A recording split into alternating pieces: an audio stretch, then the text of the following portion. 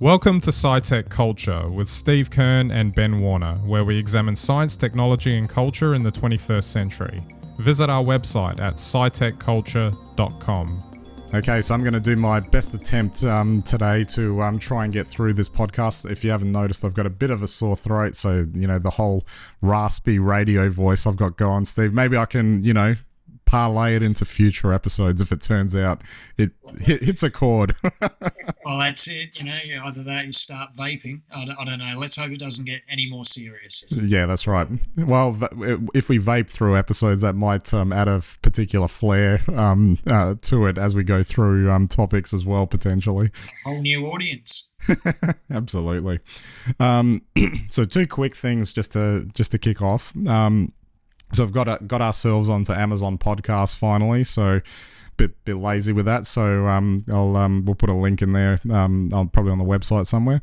Apple emailed me the other day and said that they were adding automatic transcribing of podcasts to when iOS 17.4 comes out. So it's like, hey, hooray! It's one less thing. It's not that I was doing it or we were doing it, but I guess it's good that feature's there for later point. We might be able to use it ourselves, to read back what we've been talking about. Especially when we're mistranscribed and we can't tell the differences. Absolutely. We're going to have to go back through all 300 plus episodes to check that they've got it right. That's right. Fact checking gone mad. With whatever version of ChatGPT that they've invented to do it. So, alrighty. So, we're going to circle back to AI at the end of the episode. But just to start with, I call it a chuckle. This story about on a Delta flight in the States being forced back to Amsterdam after maggots fall onto a passenger. Actually, my own visceral reaction to this particular story was just more disgust at general public travelers and the crap that they bring onto planes and whatnot. But yeah, at the same time, it's like anything could happen. You only have to watch one episode of Border Security to know what people do. I mean, well, we can talk about the reaction, but what I really want to know is what sort of person wraps a fish in some newspaper and then stows it in the overhead luggage. Well, this is what leads me to the funniest line in that whole story, which was Delta has no prohibitions on bringing aboard perishable food items, including fish, as long as there is no violation of agricultural restrictions for the destination country. And it's like, hey guys, it's not our fault, but if you get in trouble at the destination, it's on you. Well, that's right. And I suspect that's probably the real reason they turned back around is biosecurity. It just makes me wonder what else they would let you come on board with. Well, you watch Border Security and you see every airline really doesn't try to screen because it'd be a hopeless task, and no country screens you on the way out for that sort of stuff because you're leaving. And why have a cost on that? So, they leave it up to your destination to sort things out. And, for a place like Australia, it's a very serious issue because we have a lot of people who bring foodstuffs in or products in that are, normal everyday things, perhaps where they live, and they come in and, of course, the biosecurity threat can be very, very high. So while there is a comical element to this, it's also a very serious problem. And I guess, no one wants to handle it because if the airlines took this on board as their job, can you imagine? Absolutely. So just a word of warning, if you end up on a flight with me and I see rotten fish somewhere, I'm coming for you. So let's put it that way. With one of those bamboo knives. Yeah, exactly. All right, so we'll move on. Been talking about the Apple Vision Pro the last couple of weeks, and I wasn't planning on talking about it this week, but there was yet another story that came out that kind of drove me up the wall. It started with a story in The Verge where basically the headline was people are already returning all their Apple Vision Pros, and I read into it, and even the article itself irritated me. I do like The Verge most of the time, but this particular article was basically saying that people were specifically buying the Vision Pro so they could then a week later put up a post that says, I'm already returning it, get a lot of views from it, and then they return it. And then there was this Apple Insider article which basically said, look, no, the return rate's probably about in line with just about all their other products. So don't go too nuts about that.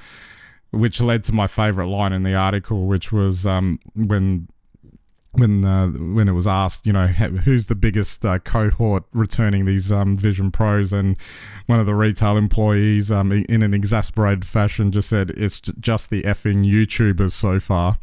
And that just put the icing on the cake, like the button at the end of that whole cycle in the story, because I've seeing what comes up on YouTube, it's hard to argue because they do get the views, and those views would have paid for them to get the Vision Pro, even multiple versions, multiple copies of it. Something's all just very wrong with all of that, from top to bottom. It's it just goes to show you that there's a system, and Apple has very favourable, I think, return terms. I mean, I didn't realise how favourable they were, and I went straight away to see if I could return my iPhone 13, but apparently I'm a little bit late. Just a little bit. Just a little bit. But it is interesting. You think that this sort of thing, though, has been seen, across all sorts of sectors. I mean, it used to be fashion that people would buy on a Friday, take out for the weekend, and return on Monday. So, yeah, once it had been worn once or twice, and I think, even if you go to some of the larger hardware stores, they have policies that aren't that dissimilar to Apple's, where people can come in, buy equipment and take it back. I mean, I think a lot of the time, especially with expensive products, as Vision Pro is, people want to get their hands on it, whether they're YouTubers or anyone else. And, you might find yourself after 48 hours sitting there going, it was great, but I can't see what I'm going to use this for next week or the week after or any week after that.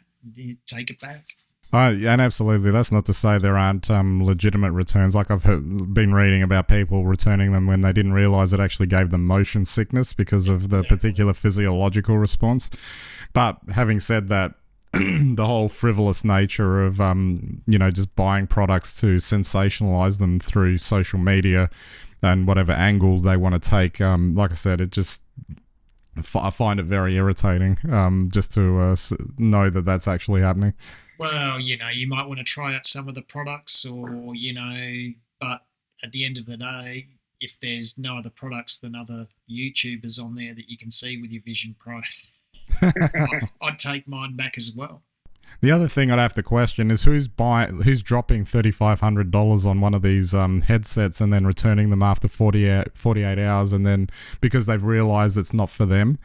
Like, I don't know, I'd do a bit more research into a product before actually purchasing it. Like, it would have to. If you're part of the group that is returning them, you're very likely to be influenced, either because you are on YouTube or because you watch every single YouTube video on these sorts of products. You'd run out, you'd grab them, and you can tell everyone now for the rest of your life that you used them. You've probably Instagram posted yourself with your pair, and you've done everything that you need to, and so you take them back on Monday. Job done. Absolutely. It's all part of the commercial fun that happens in the retail space. It certainly is. All right. Okay, let's circle back to AI now. After our little fun that we had at the start, I saw this particular story pop up earlier in the week. OpenAI CEO Sam Altman seeking as much as $7 trillion. I'll do it in my best Austin Powers voice. $7 trillion for new AI chip projects. So basically, making sure there's enough investment in generating a whole bunch of new chips to power the the upcoming AI revolution, etc. I mean, there's obviously the component of this that's probably the most serious is that semiconductors have never been more important in running everyday lives. And people, this story is focused on chips for AI, but obviously there's chips in everything, and the world would grind to a halt pretty quick if they weren't available for whatever reason. But this sort of focus on AI and him I don't know whether that's like a some sort of headline grabbing marketing push to try and stress the importance of AI development. Obviously there's already a lot of work going into that right now. I find it fascinating that chips based on GPUs are the ones that are seem to be the focus for it. So like a company like Nvidia that does a lot of graphics cards and that are actually finding themselves in the forefront of AI chip generation at the moment. But I don't know. It just seems like, unless it's sort of also underlining this issue that AI is going to need a lot more horsepower to really get there. Yeah, look, at a fundamental level, I don't disagree with anything that he's said. We probably do need a new chip industry. How important is it? Well, it's really important for everyone who's going to build a new device like an iPhone or a Google Nest or probably a whole range of products where do we really need a fridge with AI? I don't know. But, people will tell you we will. And so fair enough, if that's the direction, yes, we probably do need the investment, and we do need effectively probably a whole new, not just supply chain for these chips, but a new appreciation of the value chain, in their impact in everyday life, right back to how do we design and manufacture these chips. But, when you start talking trillions and trillions of dollars, of course, you always wondered, are you just talking that up so you can be bigger than Musk? I don't know why that level of money would be required unless you're saying that the future value of the industry would run into trillions, which of course it will, especially with the way inflation's been going. Well, I was about to say that I knew inflation was bad, but jeez, trillion is the new billion. It's been interesting. I've always wondered if a lot of this GPU interest comes from the crypto side of things, because obviously the GPUs are a lot more effective at blockchain sort of, functions. And that's been realised when, a lot of people went into mining over the last 10 years. And I wouldn't think that necessarily, it's new architecture, sure, and there's probably new materials and new ways of building these AI-oriented chips, but I wouldn't think it was fundamentally different. It's not as fundamentally different, say, as quantum computing.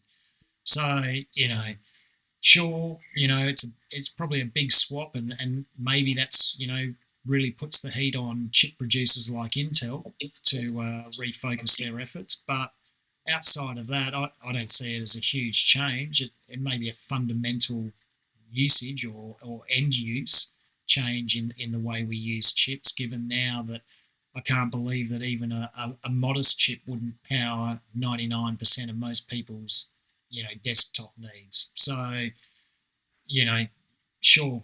But yeah, I'm not... I always wonder, when there's an opportunity to put a bit of marketing in and a bit of hype, and when you are the flavour of the month, year, maybe even the next decade, then, of course you push all your chips in and try to win big. To pardon the pun. And of course it's $7 trillion, so you can't you just can't argue. That's 1,000 billion or 1,000 million dollars. Yeah. It's a lot of zeros, kids. That's what it is. All right, Steve, we might wrap it up there. And just wrap it up with a last joke. And we'll probably talk about this closer to the time it gets released. But, given all this AI focus and everything, iOS 18 is apparently going to be the biggest update that the company's ever released for the iPhone and the iPad. Can't wait. I want to see Siri GPT show up and change the world. Yeah, as I said to you before, Ben, how could 18 not be the biggest? I mean, otherwise the numbers would go backwards, wouldn't they? Yeah, that's right. That's right. Absolutely. All right, so that's it for this week's episode. We'll catch you next time.